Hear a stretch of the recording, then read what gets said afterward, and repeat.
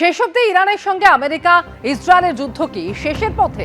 জল্পনা উস্কে পাকাপাকিভাবে হরমুজ প্রণালী খুলে দেওয়ার কথা ঘোষণা করলেন আমেরিকার প্রেসিডেন্ট ডোনাল্ড ট্রাম্প। সেই সঙ্গে তিনি জানিয়েছেন ইরানে অস্ত্র পাঠানো বন্ধ করতে রাজি হয়েছে চীন।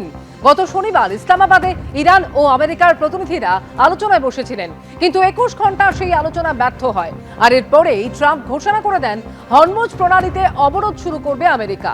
ইরানের বন্দর হয়ে আসা বা ইরানের বন্দরের দিকে যাওয়া কোনো জাহাজকে যাতায়াত করতে দেওয়া হবে না। ইতিমধ্যেই দ্বিতীয় দফায় শান্তি বৈঠকের সম্ভাবনা তৈরি হয়েছে। আর এই আবহে যাবতীয় মতবিরোধ মিটিয়ে ফেলার ইঙ্গিত দিলেন ডোনাল্ড ট্রাম্প।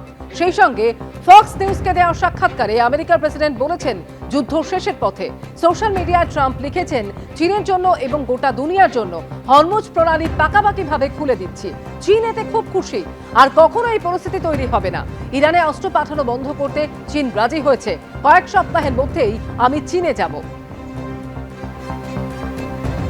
আর এখানে প্রশ্ন উঠছে, তাহলে শেষ অবধি ইরানের সঙ্গে আমেরিকা ইসরায়েলের যুদ্ধ কি শেষ হওয়ার পথে? তার কারণ পাকাপাকিভাবে হরমুজ প্রণালী খুলে দেওয়ার কথা ঘোষণা করলেন আমেরিকার প্রেসিডেন্ট ডোনাল্ড ট্রাম্প। বিদ্যুৎহীন কলকাতার শতাধিক বুথ, অবিলম্বে ব্যবস্থা নিতে বলল কমিশন। কলকাতার 4 কেন্দ্রের 100রও বেশি বুথে বিদ্যুৎ নেই। কলকাতা বন্দর এলাকাতেই 50টিরও বেশি বুথে বিদ্যুৎ নেই। তাই অবিলম্বে বিদ্যুতের ব্যবস্থা করার নির্দেশ দিয়েছে নির্বাচন কমিশন। বিদ্যুৎ সংযোগের ব্যবস্থা না করা গেলে জেনারেটর আনারও নির্দেশ দেওয়া হয়েছে। ডিইওদের এই নির্দেশ নির্বাচন কমিশনের। নিরবিচ্ছিন্ন বিদ্যুৎ পরিষেবা ছাড়া ওয়েবকাস্টিং সম্ভব নয়।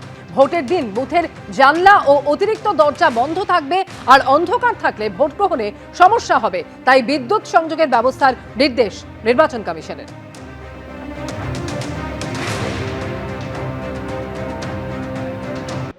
রাজ্য বিধানসভা নির্বাচনের প্রথম দফা ঠিক 8 দিন বাকি, আর তার আগে দিকে দিকে কেন্দ্রীয় বাহিনীর রুটমার্চ শুরু হয়েছে। টালিগঞ্জের ছবি আপনাদের দেখাবো, যেখানে কেন্দ্রীয় বাহিনী টহল দিচ্ছে।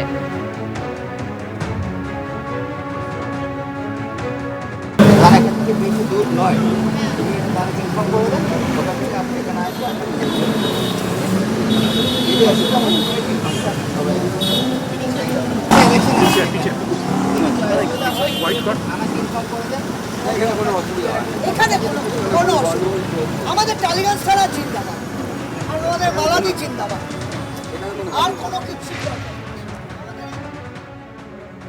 ভোটের মুখে কলকাতায় এবার গাড়ি ভর্তি, টাকা ভর্তি গাড়ির হদিশ ফিরল। 2 জায়গা থেকে টাকা ভর্তি গাড়ির হদিশ পাওয়া গিয়েছে, যেখানে শেক্সপিয়ার সরণি আর অন্যদিকে বটতলায় নাকা চেকিং চলছিল, যেখানে গাড়িতে উদ্ধার হয়েছে বান্ডেল বান্ডেল নোট। এবং যেটা জানা যাচ্ছে, এই বান্ডেল বান্ডেল নোটে প্রায় 12.5 লক্ষ টাকা সহ একজনকে আটক করা হয়েছে। বটতলায় গাড়ি থেকে উদ্ধার হয়েছে 9 লক্ষ টাকা। টেলিফোনে রয়েছেন আমাদের সঙ্গে প্রতিনিধি পার্থপ্রতিম ঘোষ। পার্থপ্রতিম, 2 জায়গা থেকে টাকা ভর্তি গাড়ি উদ্ধার এবং একজনকে আটকও করা হয়েছে, কি জানা যাচ্ছে পার্থ?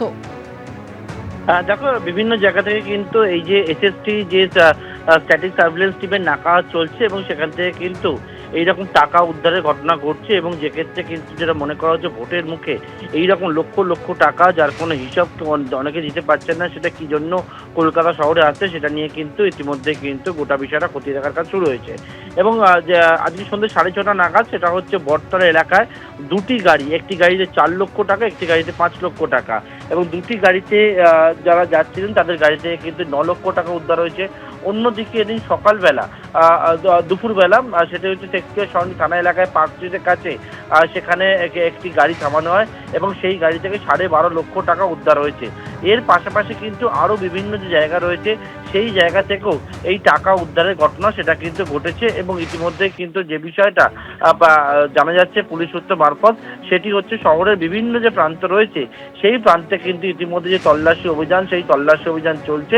এবং সেখান থেকেই যে স্ট্যাটিক নাকা পয়েন্টগুলো রয়েছে সেখান থেকে কিন্তু এইরকম লক্ষ লক্ষ টাকা, সেই টাকা উদ্ধার হচ্ছে, বাজেয়াপ্ত হচ্ছে, এবং একাধিকের বিরুদ্ধে আইনগত যে পদক্ষেপ সেই পদক্ষেপও গ্রহণ করা হচ্ছে পুলিশের তরফ থেকে।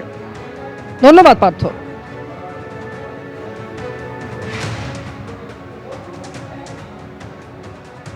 এবিপি আনন্দ, এগিয়ে থাকে, এগিয়ে রাখে।